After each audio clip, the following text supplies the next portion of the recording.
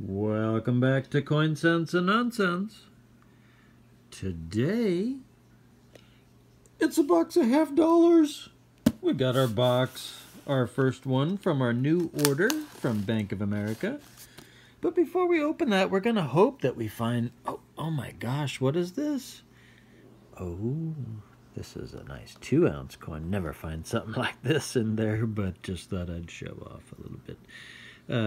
Just got this recently. This is kind of a cool replica of a St. Gaudens gold piece, actually a $20 gold piece from 1907. But a little bit different. What she's holding in her hand is a little different and whatnot. But anyway, it's still pretty cool. But rambling on, let's get on with the $half. Oh, and I don't need this glove here, so I'll be right back. Alright, let's do this thing. It's late, isn't it? Let's see what we got here. I'm just excited to finally get another box of halves to open since the credit union cut me off. And they're circulated because I see the bicentennial. So I don't see any Franklins or Walkers, but maybe inside we can hope. So I'll flip them, check them, stack them, rack them, whatever. We'll get into it, and I'll call you in if there's anything exciting. That looks different. Alright, we got everybody sectioned out here. Groups of 10, and there's no significant enders, so let's get going. Oh yeah, and we're looking for anything silver, of course, so that's like 1970 and older. 1970 is probably never going to be found in these boxes, because that's kind of like the first ever NIFC, 1970D. We'll be looking for 1987, of course, because that's the next NIFC. And then from 2002 on is NIFC, and that's not intended or not issued for circulation. And the other things, of course, we'll be looking for anything old, but if not, then anything odd. So here we go. Alright, well, that's not a good sign at all.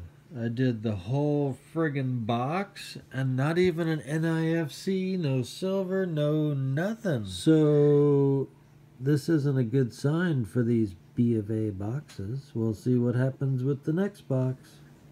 Alright, here we go. Box number 2, because the first one sucked. What do we have?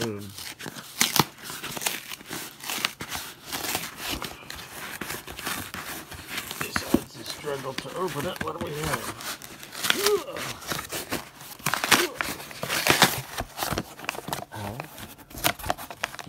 Oh.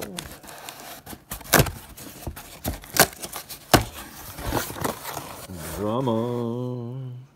Nothing. So at least they're circulated. Do we have anything interesting? What is that? What is that? It's just a very stained up looking Kennedy. It looked kind of weird at first. So, nothing dramatic. We'll check them out and get going. Alright, so we had gotten started here, I guess. I didn't bother saying ready, set, go or anything, but we're on like roll 8, I guess. And we've got, well, not roll 8, we're 2 rolls in. And we've got, I think, silver red deal, finally. I was worried with these boxes from Bank of America that they were gonna... Oh my god, it's not even a silver. What kind of crap is that? Oh well.